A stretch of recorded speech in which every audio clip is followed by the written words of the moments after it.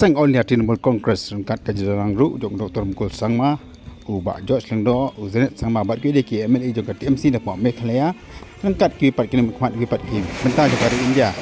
kala pulang ke Iakhih hanang ba Delhi haka arnu trik unai tong arajar arpuar kini ke Iakhih kalong ban dawa ban penduk no ya ka MOU ko boleh soh pada kami khabar ka Assam halo ke penbek put penbek Sam makom juru kala dawa Pynrung Ktien Khasi haka khanik ba fara jong kari tisin sha jong kari India.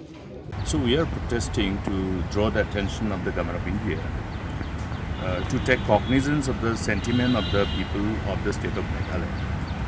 in respect to the agreement which has been signed between the two state governments, that means the government of Meghalaya and Assam, to resolve the long-pending interstate border area dispute. Well, you are aware that there has been areas of difference between the two states along the interstate border. Now, any agreement that is being worked out to arrive at the solution must be acceptable to all the people, to all the stakeholders. And this was the precise reason why the people of Meghalaya expressed their the determination to urge the government to scrap the proposed agreement. When we are saying that it must be acceptable to all the people, means it should be acceptable to the people of Meghalaya as well as people of Assam. Here in the instant case, what has happened is that the areas which forms an integral part of our Khasi states and the areas where our people have stayed, lived for time immemorial, are being pushed to Assam by this proposed agreement, or rather the agreement which has already been signed between Assam and Meghalaya government and which is pending with the government of India for amendment of the Northeastern Reorganization Act. Now therefore, if these particular sentiments are are perceived to be falling on deaf ears, people have reason to feel that the government of the day is insensitive to the sentiments of the people and are anti-people. That's why this unacceptable border pact between Assam and Meghalaya government must be scrapped. Now you understand that the aspirations of the people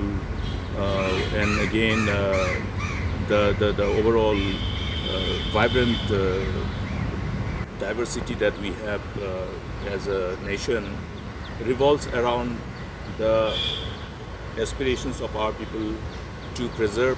and protect our identity, which revolves around also our language. Now there has been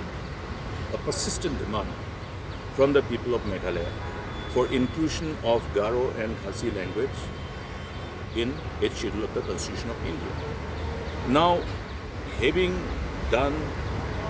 all the necessary due diligence to qualify for inclusion in the 8th schedule of the Constitution of India, we do not understand the reason why there should be further delay for the government of India to take action on this and complete this whole process for inclusion of this Garo and Khasi language in 8th schedule. This is inconsistent with the aspirations of our people, particularly the youth. You understand, the whole